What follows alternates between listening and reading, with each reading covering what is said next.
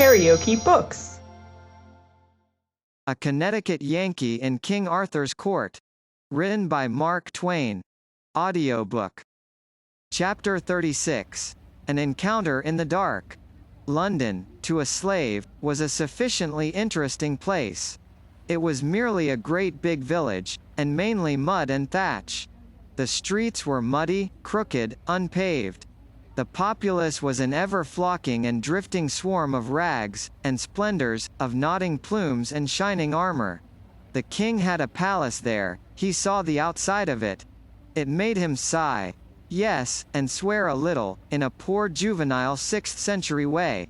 We saw knights and grandees whom we knew, but they didn't know us in our rags and dirt and raw welts and bruises, and wouldn't have recognized us if we had hailed them, nor stopped to answer, either, it being unlawful to speak with slaves on a chain.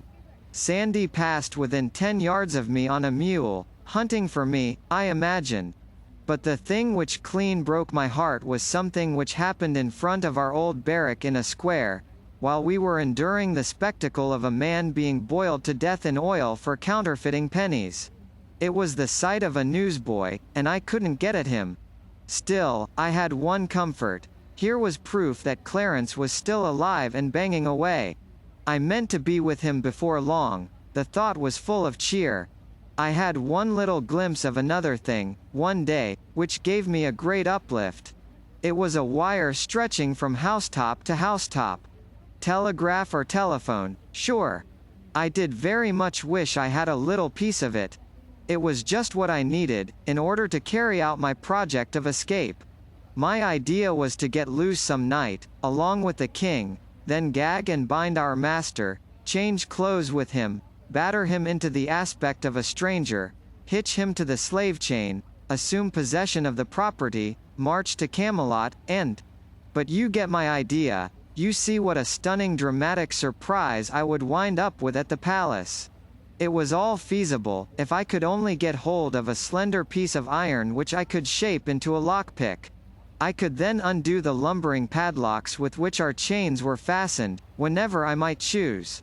But I never had any luck. No such thing ever happened to fall in my way. However, my chance came at last.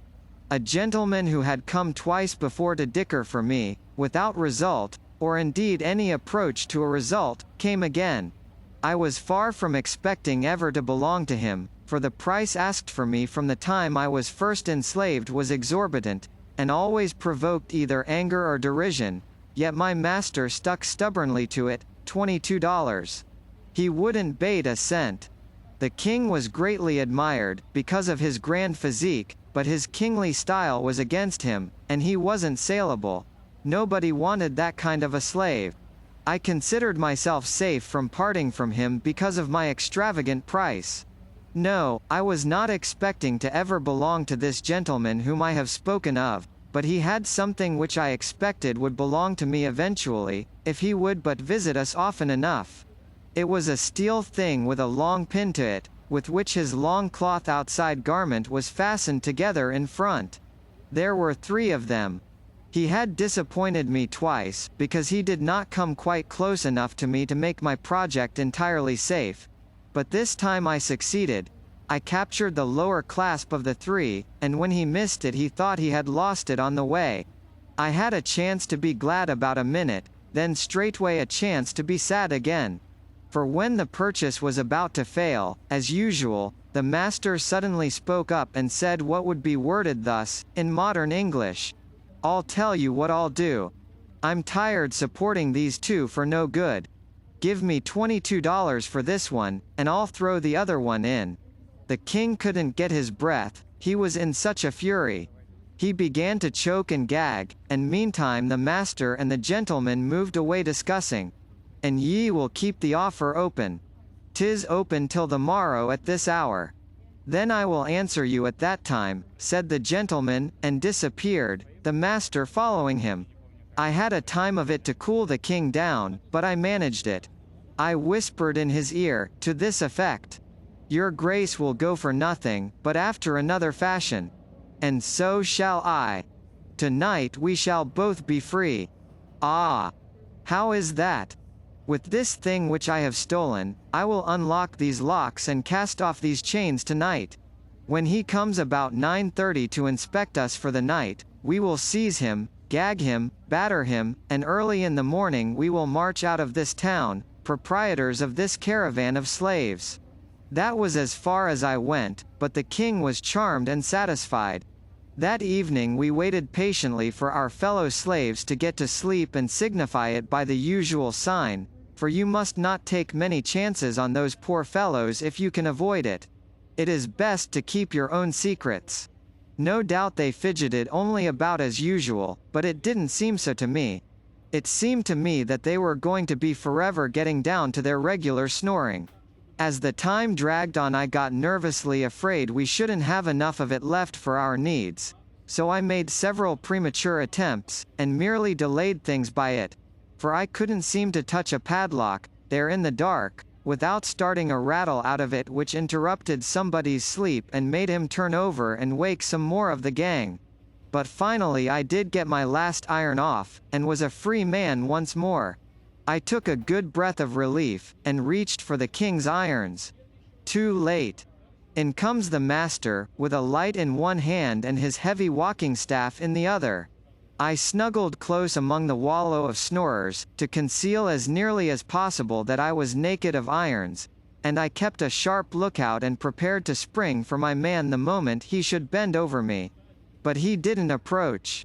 He stopped, gazed absently toward our dusky mass a minute, evidently thinking about something else, then set down his light, moved musingly toward the door, and before a body could imagine what he was going to do, he was out of the door and had closed it behind him. "Quick," said the king. "Fetch him back." Of course, it was the thing to do, and I was up and out in a moment. But, dear me, there were no lamps in those days, and it was a dark night. But I glimpsed a dim figure a few steps away. I darted for it, threw myself upon it, and then there was a state of things and lively. We fought and scuffled and struggled, and drew a crowd in no time. They took an immense interest in the fight and encouraged us all they could, and, in fact, couldn't have been pleasanter or more cordial if it had been their own fight. Then a tremendous row broke out behind us, and as much as half of our audience left us, with a rush, to invest some sympathy in that. Lanterns began to swing in all directions. It was the watch gathering from far and near. Presently a halberd fell across my back, as a reminder, and I knew what it meant. I was in custody. So was my adversary. We were marched off toward prison, one on each side of the watchman. Here was disaster. Here was a fine scheme gone to sudden destruction. I tried to imagine what would happen when the master should discover that it was I who had been fighting him, and what would happen if they jailed us together in the general apartment for brawlers and petty lawbreakers, as was the custom, and what might. Just then my antagonist turned his face around in my direction, the freckled light from the watchman's tin lantern fell on it, and, by George, he was the wrong man. KaraokeBooks.